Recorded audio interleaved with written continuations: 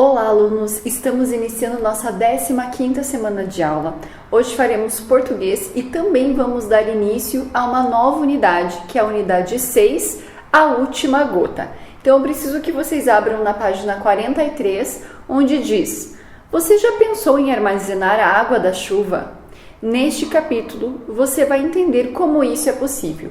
Então, desde o começo do ano, nós estamos falando bastante sobre água e essa apostila do segundo bimestre está frisando muito falar um pouquinho sobre a água, sobre desperdício, sobre economia e esse recurso que é tão importante. Na página 44, nós vamos falar um pouquinho sobre cartaz. Inclusive, vocês estão vendo na seção Diga aí um cartaz. Então, primeiramente, é bem importante entender que cartaz é um gênero textual que tem a intenção de divulgar alguma coisa. Esse cartaz diz ali, reduza e respeite, falando sobre a água. Então, ali diz assim: nós estamos trabalhando muito para evitar o desperdício da água. Faça parte dessa campanha. O futuro depende de todos nós. Então, pequenos gestos fazem a diferença. Não deixe a torneira pingando. Feche a torneira enquanto escova os dentes. Não demore no banho. O planeta agradece. Eu pratico o consumo consciente de água. Então, ali um cartaz com algumas dicas para que as pessoas possam economizar água, ter um consumo consciente. Então, antes da gente começar a conversar sobre as perguntinhas referentes a esse cartaz, a professora quer falar um pouquinho sobre a Declaração Universal do Direito das Águas. Então, prestem atenção. A Declaração Universal da Água é um documento universal proclamado pela Organização das Nações Unidas, a ONU, em 22 de março de 1992, com o objetivo de conscientizar os povos de todos os países a respeitar a água do planeta. A professora deixou disponível um arquivo para vocês fazerem a leitura desse direito das águas. É bem importante ler e conhecer um pouquinho sobre essa declaração. Agora, tem ali algumas perguntinhas referentes a esse cartaz, onde vocês terão um momento em família conversando com seus familiares a respeito dessas perguntas. É bem importante criar esse momento em família para vocês estarem debatendo questões, conteúdos que estamos estudando. Então, na número 1 diz assim: por que é preciso responsabilidade e cuidado com o consumo da água? 2. Que campanha esse cartaz está divulgando? Quem está promovendo essa campanha? É importante observar todos os detalhes, todas as informações que contém esse cartaz. 3. Além de economizar, de que outras formas podemos cuidar da água do planeta? E 4. A preservação da água é responsabilidade de todos. De que maneira seu mau uso pode afetar as gerações futuras? É muito importante pensar e conversar sobre essas perguntas. Após, nós vamos ali para a página 45, seção Clique no texto, Carta Pessoal de Reclamação. Então, uma carta pessoal de reclamação também é um gênero textual. Normalmente, essa carta ela pode ser enviada manualmente, escrita à mão. Hoje em dia, as pessoas mandam bastante através de e-mails. E essas cartas servem para vocês, para o consumidor no caso, fazer a reclamação de algo que talvez não tenha sido o que ele comprou, o que ele esperava. Então, na número 1 diz assim: você costuma escrever cartas e para quem? Número 2, você já escreveu uma carta ou e-mail reclamando de algum serviço ou produto? Bom, provavelmente vocês não, porque vocês são crianças, mas seria interessante vocês estarem perguntando para os pais. Será que eles já reclamaram de algum produto e registraram essa reclamação através de uma mensagem no celular, através de uma carta escrita à mão ou do e-mail? Como será que isso aconteceu? Vocês podem registrar então a resposta dos pais na número 2, tá? E número 3, leia o texto a seguir. Então, tem ali escoamento de água em via pública. Então, começa com prezados. Solicito providência urgente a respeito do escoamento de água em via pública na esquina Avenida Taquari com Avenida Padre Cacique. O escoamento, que é um vazamento, está ocorrendo há mais de um mês e pode provocar um acidente em razão de que os carros e motos podem derrapar com a água da pista. Piloto minha moto e digo que há risco de acidente, desperdício de água e sujeira na via pública e nos carros e roupas de quem transita pelo local. Há dias que há água em abundância no local. Aguardo o retorno. Atenciosamente, Fernanda. Essa é uma carta, então, de reclamação, falando que tem, então, um vazamento de água em determinada rua, e ela ainda cita algumas atitudes ruins que esse vazamento pode ocasionar. Na página 46, tem ali algumas perguntas de acordo com essa carta de reclamação. Então, na número 4, quem é o destinatário da carta? Quem destina a carta? E o remetente, quem escreveu essa carta? Número 5, quando o texto foi escrito? Número 6, o que significa dizer que há um escoamento de água na via pública? 7, a expressão via pública é usada como sinônimo de avenida ou de calçada? Lembrando que sinônimos são palavras diferentes que têm o mesmo significado. Número 8, qual é o objetivo desse texto? 9, onde está ocorrendo o escoamento? 10, há quanto tempo está ocorrendo esse escoamento? E quais são as consequências dessa situação? 11, o texto que você leu é uma reclamação ou é um elogio? 12, observe o formato do texto. Por que é correto dizer que se trata de uma carta? Página 47, número 13, releia este trecho. Então, ali tem: prezados, solicito providência urgente a respeito do escoamento de água em via pública na esquina da Avenida Taquari com a Avenida Padre Cacique.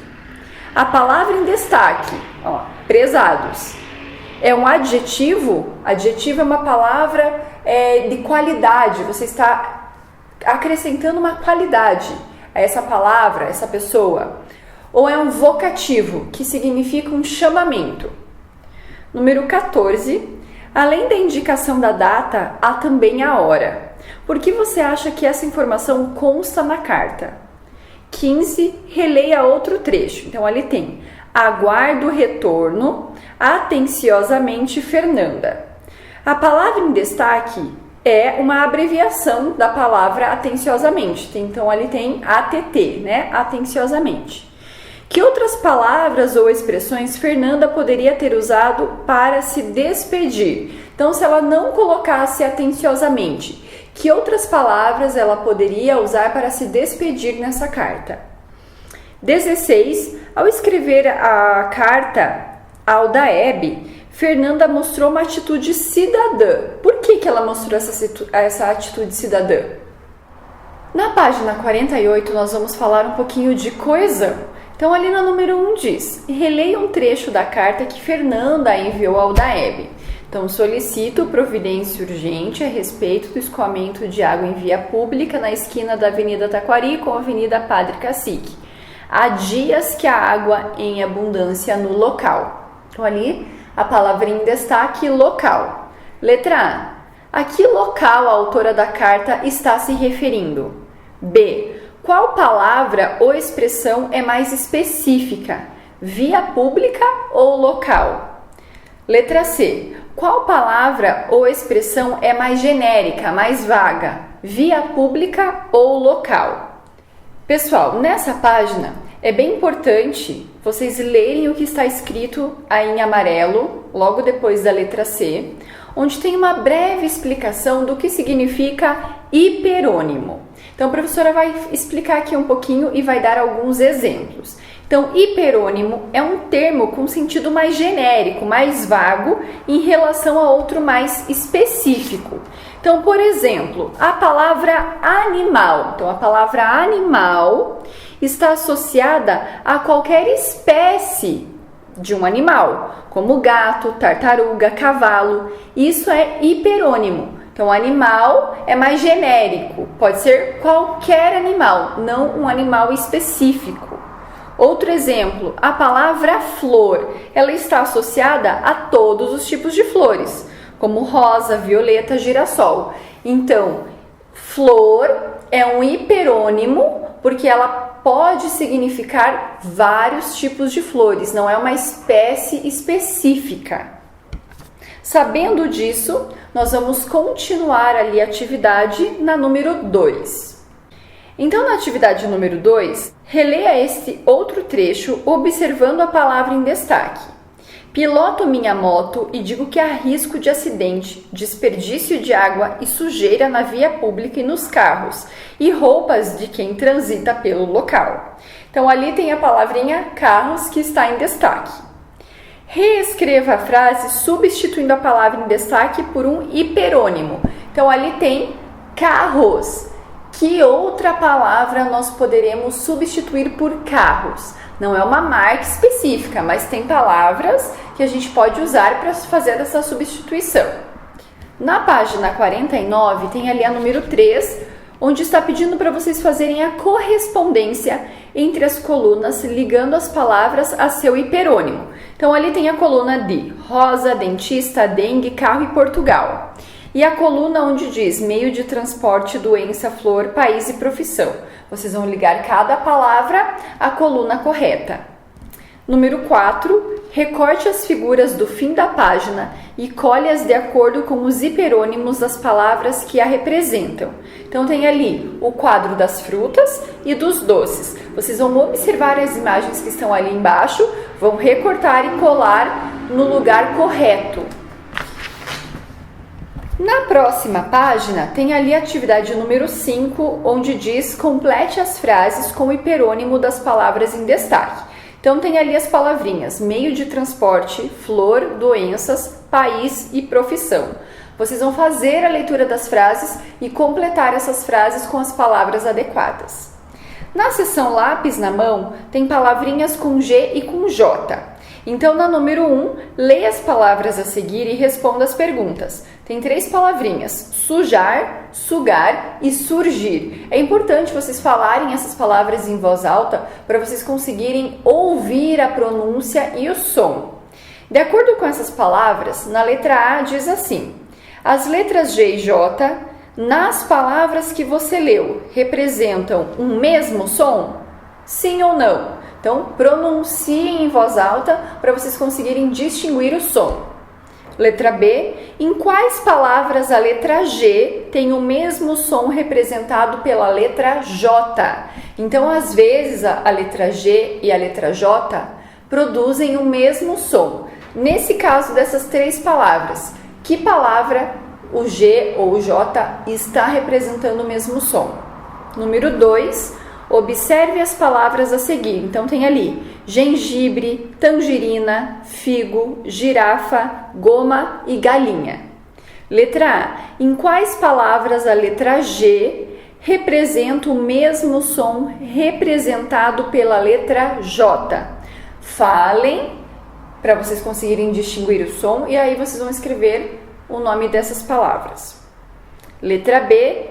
Nessas palavras, que vogais aparecem depois da letra G? Lembrando que as vogais são A, E, I, O, U, e que vem depois da letra G, não antes. Número 3, complete as palavras com G ou J e, se necessário, consulte um dicionário. Então, pode usar o dicionário caso vocês tenham dúvidas.